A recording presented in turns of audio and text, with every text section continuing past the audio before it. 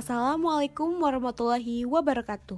Hai semuanya, perkenalkan, kami dari kelompok 2, Metode Isolasi Bakteri, Prodi S1 Farmasi tingkat 2B. Sebelum kami memulai, kita perkenalan diri yuk.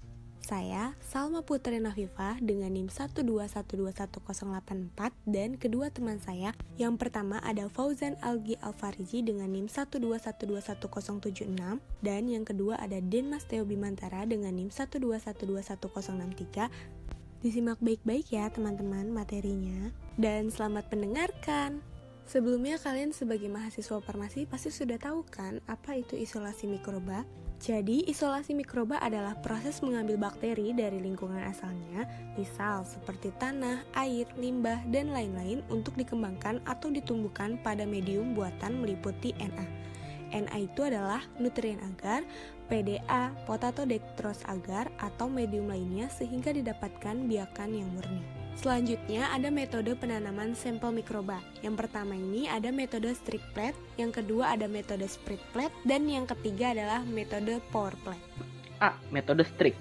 Sesuai dengan namanya, metode strict yaitu penggoresan. Yang penggoresan dalam arti kata lain yaitu strict.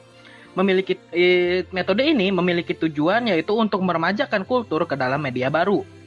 Mikroba yang digunakan juga biasanya sudah diisolasi terlebih dahulu. Jadi, bisa dikatakan metode strict ini tidak bisa dipakai untuk mikroba yang sebelumnya belum diisolasi sama sekali. Berikut ini adalah contoh metode strict. B. Metode spread plate. Spread plate sesuai dengan namanya spread yaitu artinya menyebarkan dalam bahasa Inggris. Jadi, dalam definisinya itu, spread plate merupakan teknik menanam dengan menyebarkan suspensi mikroba pada permukaan media sehingga diperoleh kultur murni. Jadi, bisa dikatakan mikroba yang digunakan sudah dalam bentuk suspensi. Nah, berikut ini adalah contoh dari metode spread plate. Prosedur dalam metode spread plate. Pertama, teteskan 1 ml suspensi sel ke dalam cawan Petri kosong yang telah steril secara aseptis. 2. Tuangkan media agar yang hangat suhu 45 hingga 50 derajat Celcius ke cawan yang telah berisi suspensi bakteri tersebut dan tutup. 3. Homogenkan campuran media dan suspensi dengan cara goyangkan atau putar cawan Petri secara perlahan membentuk angka 8 di atas meja yang rata dalam kondisi aseptis. Yang keempat, setelah agar memadat, cawan Petri diinkubasikan dengan posisi terbalik pada suhu kamar ataupun inkubator selama 24 jam. Amati pertumbuhan. Metode pour plate sesuai dengan namanya, pour yaitu menuangkan. Pada teknik ini digunakan media agar yang belum memadat kurang lebih 45 derajat Celcius untuk dituangkan bersama sampel ke dalam cawan Petri dan dihomogenkan sebelum dibiarkan memadat.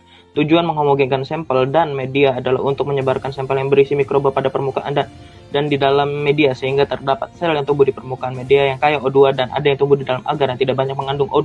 Berikut ini adalah contoh dari metode pour plate. Prosedur dalam metode pour plate. Pertama, siapkan alat yang dibutuhkan yaitu cawan steril, tabung reaksi, dan media padat yang masih cair kurang lebih 45 derajat Celcius. 2. Semprotkan 1 ml sampel ke dalam cawan kosong. Tuangkan media yang masih cair ke cawan, kemudian putar cawan membentuk angka 8 sebanyak 8 kali untuk menghomogenkan sampel dan media, kemudian diinkubasi.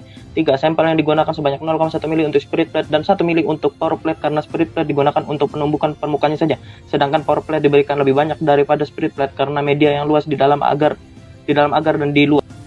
Yang pertama yaitu media padat. Media diperoleh dengan menambahkan agar-agar sebagai pemadat. Medium agar dibagi menjadi medium miring dan medium dalam. Selain agar, media padat juga dapat dibuat dengan menggunakan bahan organik alami dan anorganik. Medium padat sering digunakan untuk mengamati kenampakan atau morfologi koloni dan sebagai media isolasi mikroorganisme tertentu. Yang kedua yaitu media setengah padat, semi-solid medium. Medium ini dibuat dari bahan yang sama dengan medium padat, tetapi berbeda dalam komposisi kompaktor. Media ini biasanya digunakan untuk mengamati pergerakan mikroskopis bakteri dan kapasitas fermentasinya.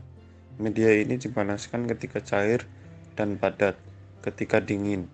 Medium dapat dibuat tegak atau miring sesuai dengan kebutuhannya. Yang terakhir yaitu media cair. Media cair merupakan media berbentuk cair yang digunakan untuk berbagai tujuan, seperti menumbuhkan sejumlah besar mikroorganisme, memeriksa fermentasi, dan berbagai pengujian. Berikut ini adalah contoh dari media padat, semi padat, dan cair.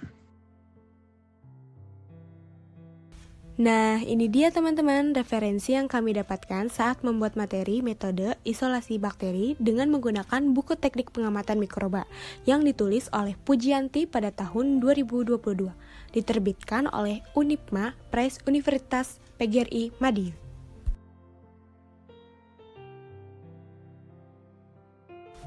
Sekian materi yang dapat disampaikan oleh kelompok kami. Apabila ada kesalahan kata yang kurang berkenan di hati kalian, mohon dimaafkan karena kesempurnaan hanya milik Allah Subhanahu wa Ta'ala.